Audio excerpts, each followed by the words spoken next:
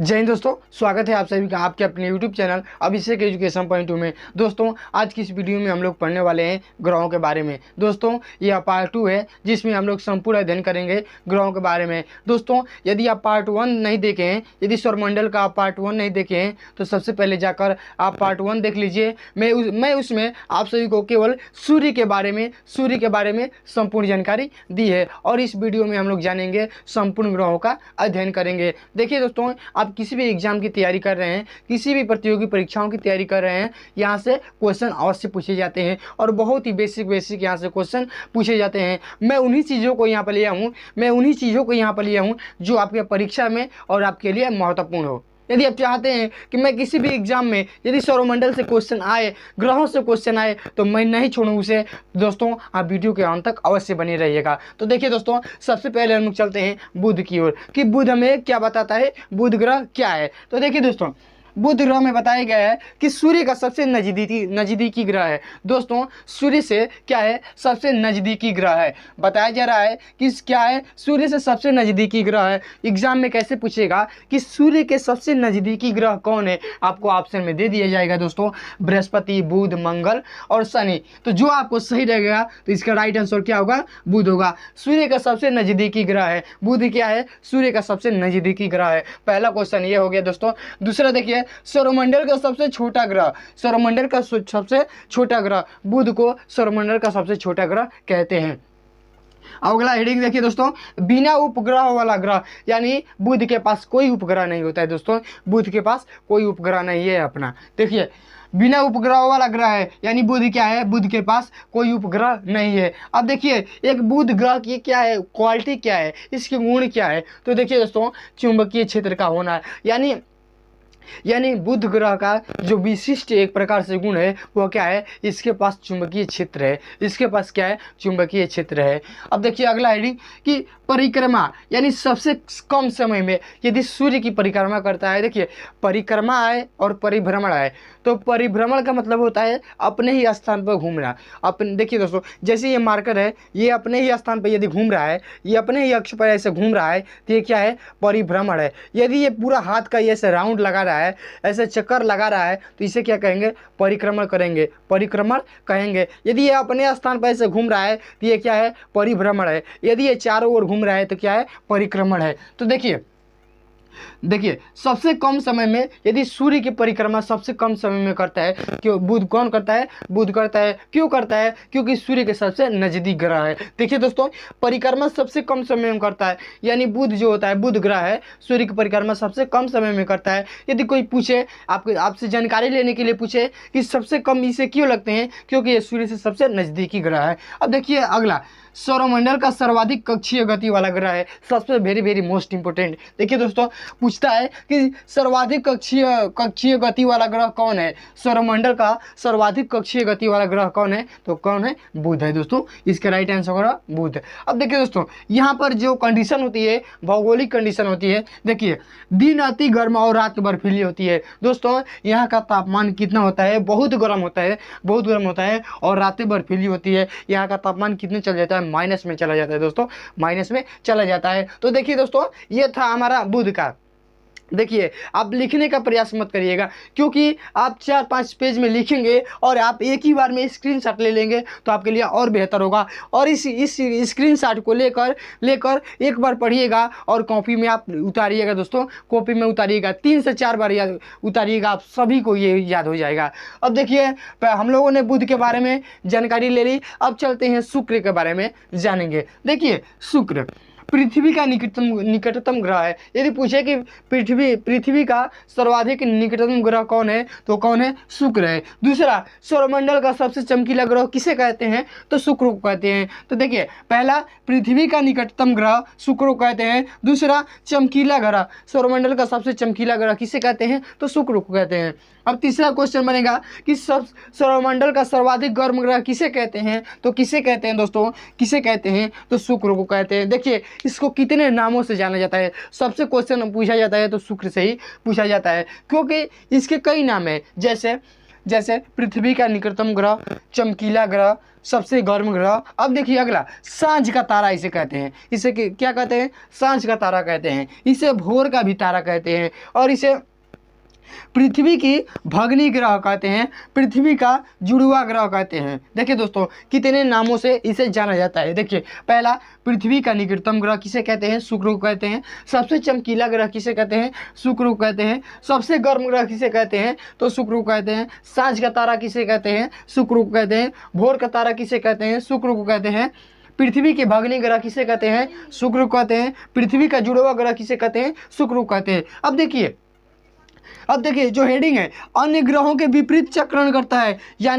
यानी सभी ग्रह यदि ऐसे चक्कर करें, यदि सभी ग्रह ऐसे घूमे तो ये क्या है, कैसे घूमता है? ये उसके उल्टा घूमता है, यानी सभी ग्रहों के विपरीत घूमता है। यानी सभी ग्रह यदि पूर्व से पश्चिम की ओर घूमते हैं तो ये क्या करता है? पश्चिम से पूर्व की ओर घूमता है। अब देखिए दोस्तों, बिना उपग्रहों वाला ग्रह, देखिए दोस्तों ये भी क्या था? बिना उपग्रहों वाला ग्रह था। ये भी क्या था? बिना उपग्रहों वाला ग्रह था। और ये भी क्या है? बिना उपग्रहों वाला ग्रह है। यदि क्वेश्चन आपसे पूछे कि किन ऐसे दो ग्रहों का नाम बताइए जिसके पास खुद का कोई उपग्रह नहीं है, तो इसका राइट आंसर होगा बुध और शुक्र के पास कोई उपग्रह नहीं है। अब चलिए दोस्तों, अब हम लोग चलते हैं पृथ्वी की ओर। पृथ्वी के बाद हम लोग देखेंगे मंगल को, उसके बाद हम लोग देखेंगे बृहस्पति को।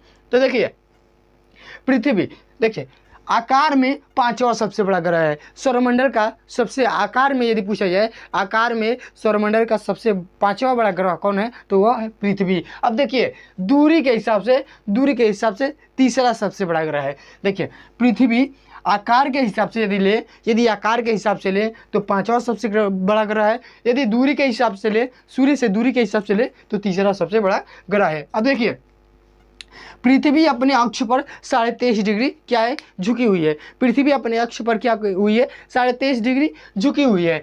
एकमात्र ग्रह, देखिए दोस्तों पृथ्वी एकमात्र ऐसा ग्रह है जिस पर क्या है? जीवन संभव है, जिस पर हम लोग जी सकते हैं, जिसका खुद का वातावरण है, जिसका खुद का वायुमंडल है। अब देखिए एकमात्र ऐसा ग्रह है जहाँ जीवन संभव है दोस्तों, जहाँ जीवन संभव है। और इसका एकमात्र प्राकृतिक उपग्रह कौन है? तो इसका मात्र एक प्राकृतिक उपग्रह क्या है? चंद्रमा है। तो पृथ्वी का उपग्रह कितना है? तो एक नाम क्या है? तो चंद्रमा। अब देखिए अपने अक्ष पर, मैंने तो कहा हूँ दोस्तों, मैं आपसे कहा हूँ कि अपने अक्ष पर घूमने की क्रिया को क्या कहते हैं? परिभ्रमण। यदि मार्कर अपने अक्ष पर ऐसे घूमता है तो ये क्या कहलाता है? परिभ्रमण। यदि ये चारों तरफ घूमता है तो इसे क्या कहते हैं? परिक्रमण। तो देखिए अपने अक्ष पर पश्चिम से पूर्व 1610 किलोमीटर प्रति घंटा की चाल से 23 घंटा 56 मिनट 15 सेकंड में एक चक्कर पूर्ण करती है। कौन करती है? तो पृथ्वी देखिए अपने अक्ष पर, यानी पृथ्वी परिभ्रमण कितने समय में करती है? पृथ्वी को परिभ्रमण करने में कितना समय लगता है, यानी अपने ही स्थान पर एक चक्कर घूमने में कितना समय लगता है? तो देखिए 23 घंटे 56 मिनट और 15 सेकंड का समय लगता है।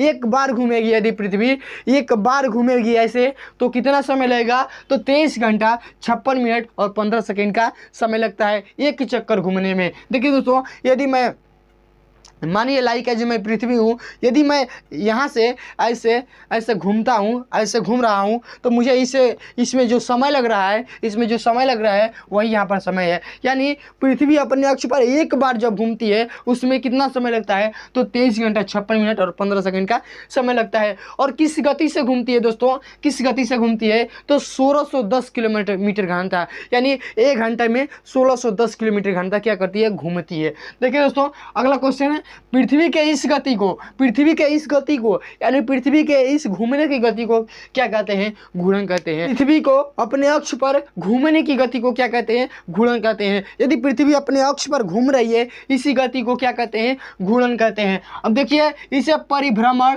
और दैनिक गति भी कहते हैं। यानी पृथ्वी को अपने अक्ष पर घूमने की गति को क्या कहते हैं?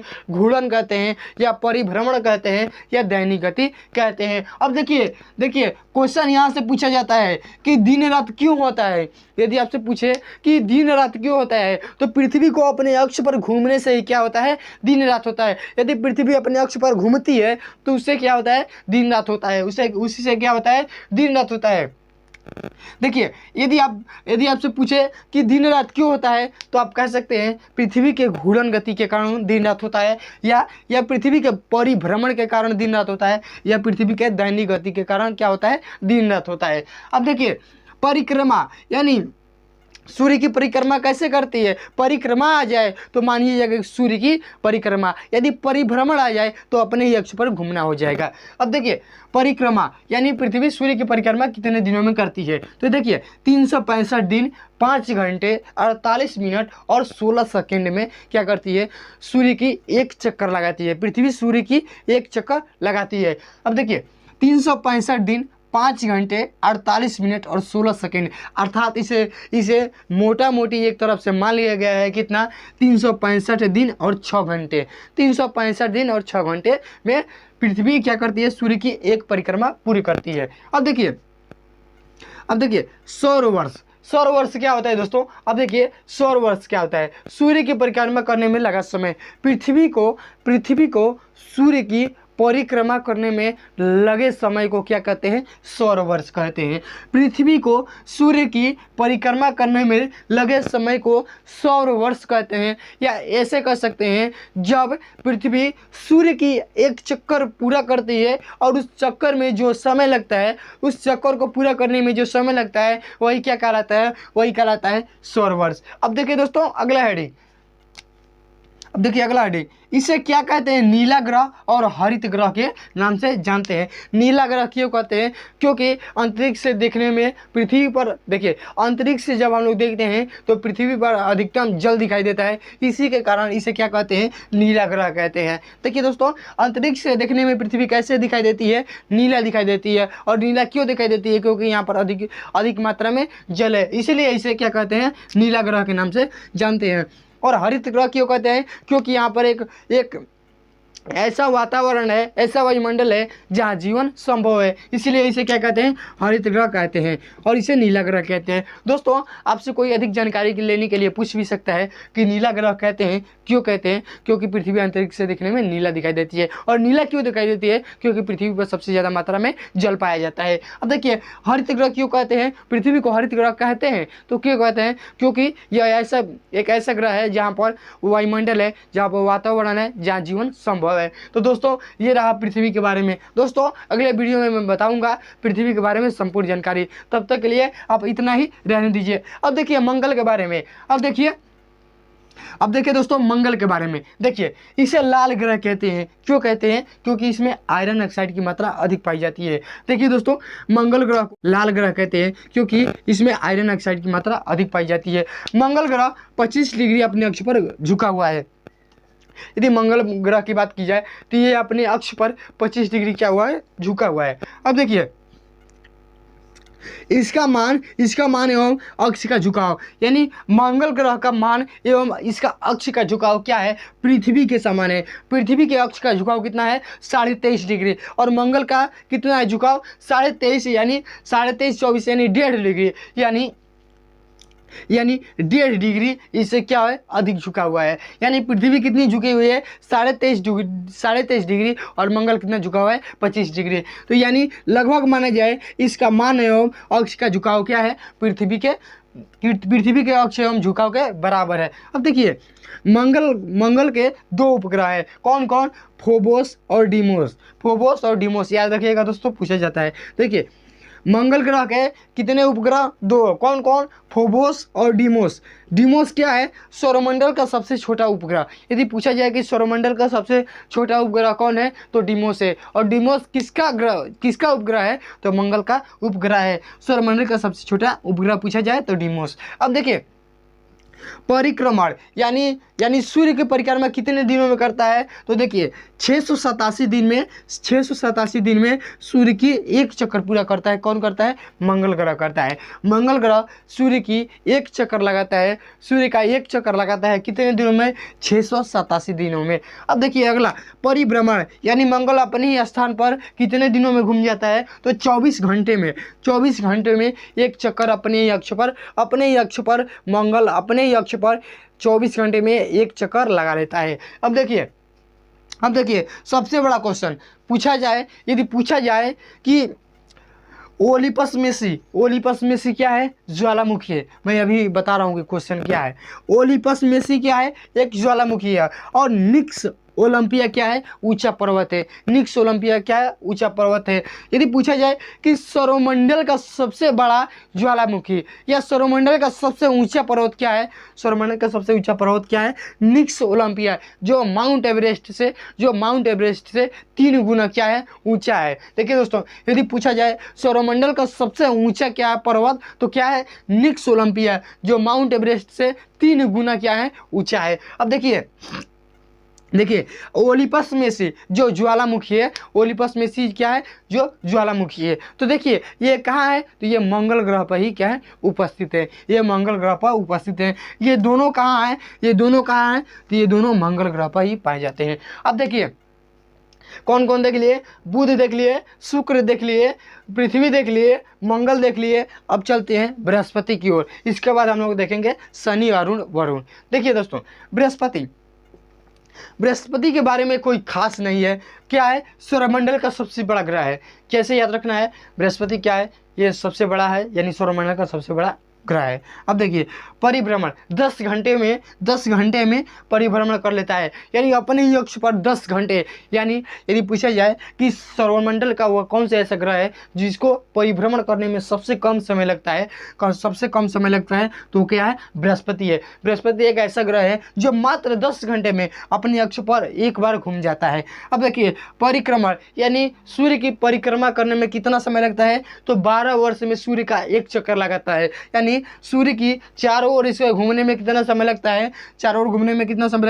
12 वर्ष लगते हैं। अब देखिए उपग्रह या उपग्रह। देखिए उपग्रह क्या है? गैनीमेड, यानी उपग्रहों में सबसे बड़ा उपग्रह। बृहस्पति का भी सबसे बड़ा उपग्रह, यानी बृहस्पति के पास जितने भी उपग्रह हैं उन सभी में सबसे बड़ा उपग्रह कौन है? तो गैनीमेड सबसे बड़ा उपग्रह। और सौरमंडल का भी सबसे बड़ा उपग्रह क्या है? गैनीमेड है। तो उपग्रहों में सबसे बड़ा है, यानी बृहस्पति के जितने भी उपग्रह हैं उसमें सबसे बड़ा है। लेकिन सौरमंडल का भी सबसे बड़ा उपग्रह कौन है? गैनीमेड है। और इसका रंग कैसा है? पीला है। ये रही बृहस्पति की जानकारी। अब हम लोग चलते हैं शनि, अरुण और वरुण की ओर। अब देखिए आपके मन में एक संकोच होता होगा कि यार दक्षिणावर्त और वामावर्त, यानी कोई कहता है कि यह ग्रह दक्षिणावर्त में घूमता है, यह ग्रह वामावर्त में घूमता है। तो देखिए दोस्तों, आपका कन्फ्यूजन दूर हो जाए। देखिए दक्षिणावर्त कहीं लिखा हो तो उसका मतलब पूर्व से पश्चिम की ओर। यदि कहा जाए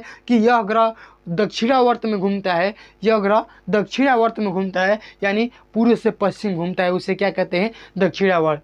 और देखिए वामावर्त मतलब जो पिंड पश्चिम से पूर्व की ओर घूमता है उसे क्या कहते हैं? वामावर्त। दोस्तों इसको याद रखिएगा, बहुत मोस्ट इंपोर्टेंट है आपकी जानकारी के लिए। देखिए दक्षिणावर्त, यदि कोई पूछे कि दक्षिणावर्त का मतलब, तो जो पिंड पूर्व से पश्चिम की ओर घूमता है उसे क्या कहते हैं? दक्षिणावर्त। और जो पिंड पश्चिम से पूर्व की ओर घूमता है उसे क्या कहते हैं? वामावर्त। अब देखिए शनि के बारे में। देखिए आकार में सौरमंडल का सबसे बड़ा दूसरा ग्रह, आकार में क्या है? सबसे बड़ा दूसरा ग्रह है। और देखिए इसके जो खास है, इसके चारों ओर रिंग पाई जाती है, इसके चारों ओर क्या पाई जाती है? वलय पाई जाती है।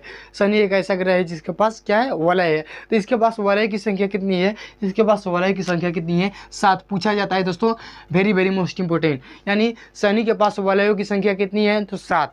देखिए आकार में दूसरा बड़ा ग्रह है। और जो सबसे बड़ा ग्रह है, शनि का सबसे बड़ा ग्रह है। शनि के पास तो बहुत से उपग्रह हैं, बहुत सारे उपग्रह हैं, लेकिन उन उपग्रहों में सबसे बड़ा उपग्रह कौन है? तो शनि का सबसे बड़ा उपग्रह टाइटन है। देखिए शनि का सबसे बड़ा उपग्रह क्या है? टाइटन है। देखिए शनि को तैरता हुआ ग्रह कहते हैं, क्योंकि इसका घनत्व तो इतना है, इसका घनत्व तो क्या है? जल से भी क्या है? कम है। यानी इसे एक प्रकार से क्या माना जाता है? इसे तैरता हुआ माना जाता है। यानी इसे रखा जाए तो क्या करने लगता है? इसे जल के ऊपर रखा जाए तो क्या करने लगता है? ये तैरने लगता है। इसलिए इसे क्या कहते हैं? तैरता हुआ ग्रह कहते हैं। तो क्वेश्चन पूछा जाता है कि तैरता हुआ ग्रह किसे कहते हैं? तो शनि को तैरता हुआ ग्रह कहते हैं। याद रखिएगा। क्यों कहते हैं? क्योंकि इसका जल से भी घनत्व तो क्या है? कम है।